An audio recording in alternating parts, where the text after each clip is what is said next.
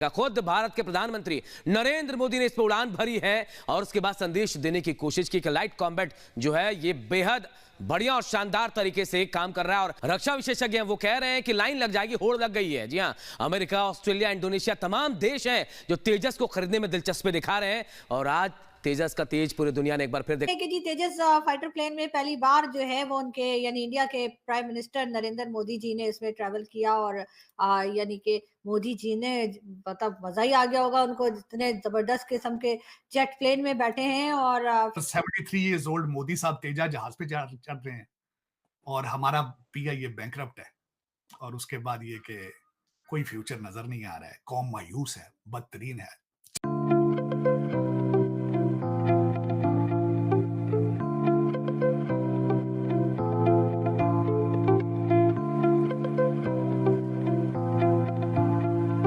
India के तेजस fighter के बारे में आपने सुना होगा, इन्होंने बनाए हुए इन्होंने अपनी मेड इन इंडिया फाइटर्स हैं। ये क्या बेनिफिट्स हो सकते हैं दुनिया को? क्या खुद पीएम बैठे हैं इस जेट के अंदर, क्या दुनिया को ट्रस्ट हो जाएगा कि वाकई में इनके फाइटर जेट जो है वो सेफ है दुनिया के लिए? चीज में पाकिस्तान में मेरी नजर में कोई चीज इस्लामिक नहीं है, मेरी नजर में कोई इस्लामिक चीज नहीं है। वहां कोई चीज खरीदने के लिए आपके पास डॉलर नहीं है, एक्सपोर्ट करने के लिए प्रोडक्ट कोई नहीं है, सिवाय दहशतगर्दी और फ्रॉड के तीसरी चीज ही कोई नहीं है आपके पास।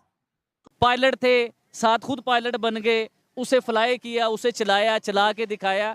उसे चलाने का मकसद क्या था? किसी मुल्क के वज़ीर-ए-आज़म को क्या जरूरत है पायलट बन के चलाने की? उसे चला के दिखाने का मकसद था। तेजस फाइटर प्लेन जो है, जी हाँ, ये आप लोग देख रहे हैं, बड़ा खूबसूरत सा है और यकीनन इसका रुख चाइना की तरफ होगा, हमारी तरफ ना भेज दिएगा। टैलेंट है पाकिस्तानियों में, ऐसा टैलेंट है कि आप हैरान हो जाएंगे। सर कौन सा टैलेंट है वो भी सुनिए। 2 नंबरी का टैलेंट, फेक टैलेंट। सुने सर मैं बताता हूँ, मेरी सुनिए, आज मैं बताना चाह रहा हूँ। जब फर्स्ट नंबर पर आया तो उसको जो मलेशिया ने कहा कि हम अपने जोन से डिफेंस है उसको अपग्रेड करना चाहते हैं, रिप्लेस करना चाहते हैं, आप अपना फाइटर जेट हमें दे दें।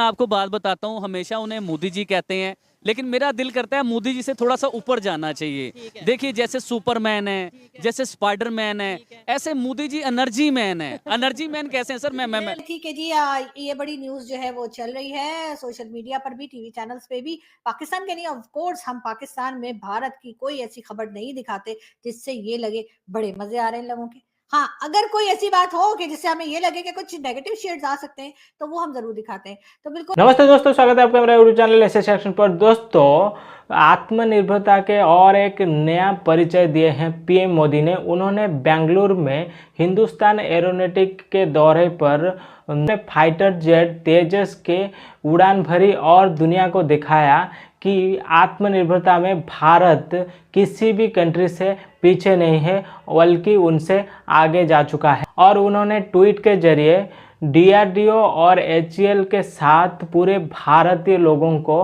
हार्दिक बधाई दी है कि अब भारत आत्मनिर्भरता में और एक स्टेप आगे बढ़ चुका है और अब भारत तेजस के फाइटर जेट भी अपनी टेक्निक से बना चुका है। और इसके साथ साथ दुनिया में पहली बार हुआ है कि कोई प्राइम मिनिस्टर, एक कंट्री के प्राइम मिनिस्टर फाइटर जेट में उड़ान भरी हो।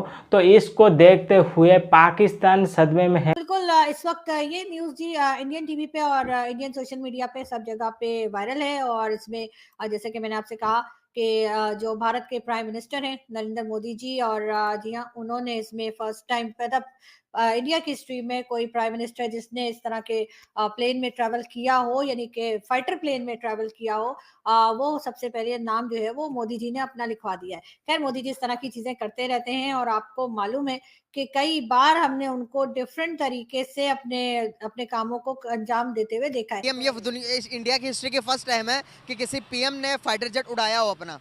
फर्स्ट इन्होंने तारीख रकम कर दिया। दूसरे नंबर पर क्या ये जो खुद अपनी जेट के ऊपर बैठकर दुनिया को बता रहे हैं कि भाई हमारा जेट सेफ है, इससे उनकी मार्केट पे कितना असर पड़ेगा, उनकी इकोनॉमी पे कितना फर्क पड़ेगा कि अगर दुनिया ट्रस्ट करके उनके जेट्स खरीदती है, क्या खरीदेगी इसके बाद?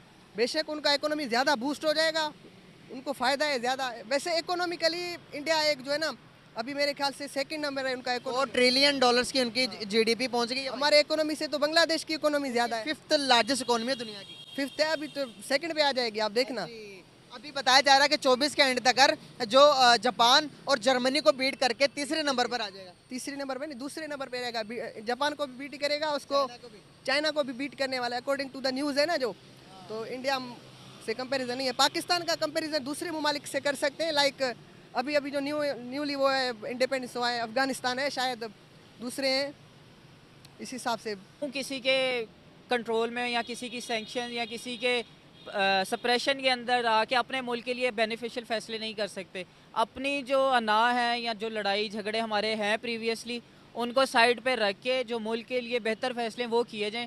ट्रेड बिल्कुल इंडिया के साथ खुलनी चाहिए। हमारी बिल्कुल जो खाने पीने की अशिया है वहाँ से लेके मेडिसिन और सीमेंट और सारी इंडस्ट्री गाड़ियाँ टाटा और महिंद्रा की गाड़ियाँ पूरी दुनिया में मशहूर है। अगर वही मिल जाए जो होंडा की गाड़ियों के पीछे हम लाखों रुपए खरीद देते हैं, यही गाड़ी अगर मैं यहाँ पर बात करूँ, सबसे छोटी सस्ती गाड़ी पाकिस्तान के अंदर कितने की है? 30 से 32 लाख रुपए की ऑल्टो, वहीं इंडिया में 3 से 4 लाख रुपए की है। ऐसी है, बिल्कुल ऐसी। टाटा की अपनी गाड़ियाँ बिल्कुल नहीं, उन्होंने तो जैगुआर को भी खरीद लिया है।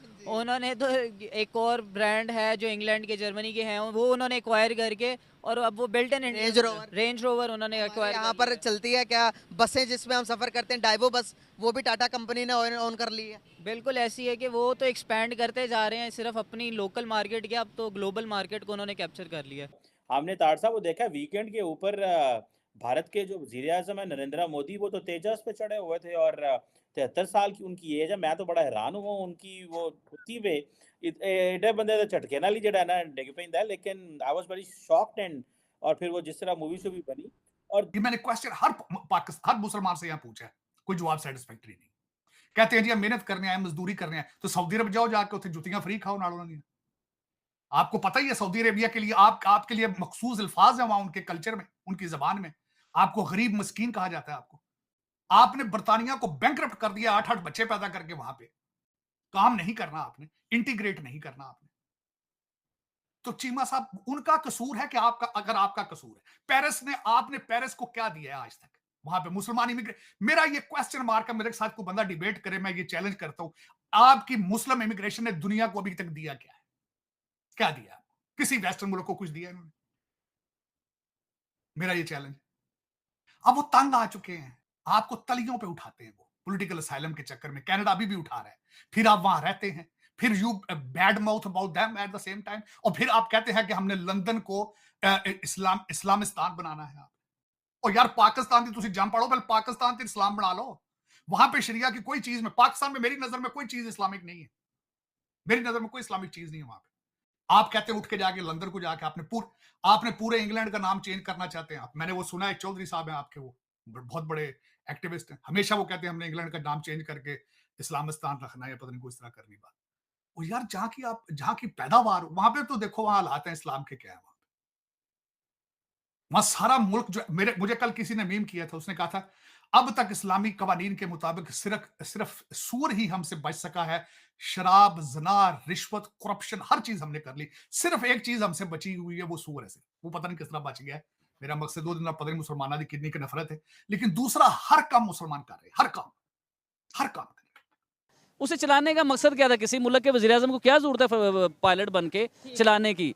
उसे चला के दिखाने का मकसद था कि मेड इन इंडिया, कि मेरा इंडिया इतना सेफ है कि हमारा बनाया हुआ प्लेन इतना सेफ है कि हम खुद सफर उसमें कर रहे हैं और कोई नुकसान नहीं है, कोई कुछ नहीं है। और दोस्तों यही वो फाइटर जेट है जिसको लेकर दुनिया ने भारत का मजाक उड़ाया था कि भारत के पास जो तेजस फाइटर जेट है वो उसका जो टेक्निक है वो पुराना हो चुका था, लेकिन डीआरडीओ और एचएएल ने मिलकर इसकी टेक्निक को इतनी अपग्रेड कर दिए हैं। अब मलेशिया जैसे दूसरी कंट्री अब भारत से तेजस फाइटर जेट मांग रहे हैं, और इसको देखते हुए पाकिस्तानी कहां पर ये सह पाएंगे कि भारत अब तेजस जैसे फाइटर जेट अपनी टेक्निक से बना रहा है और दूसरी कंट्री को बेच भी रहा है, और जबकि पाकिस्तान का एक्सपोर्ट ना के बराबर है, बिल्कुल $26 मिलियन, और हमारा यहाँ पर जो आईटी सेक्टर का एक्सपोर्ट है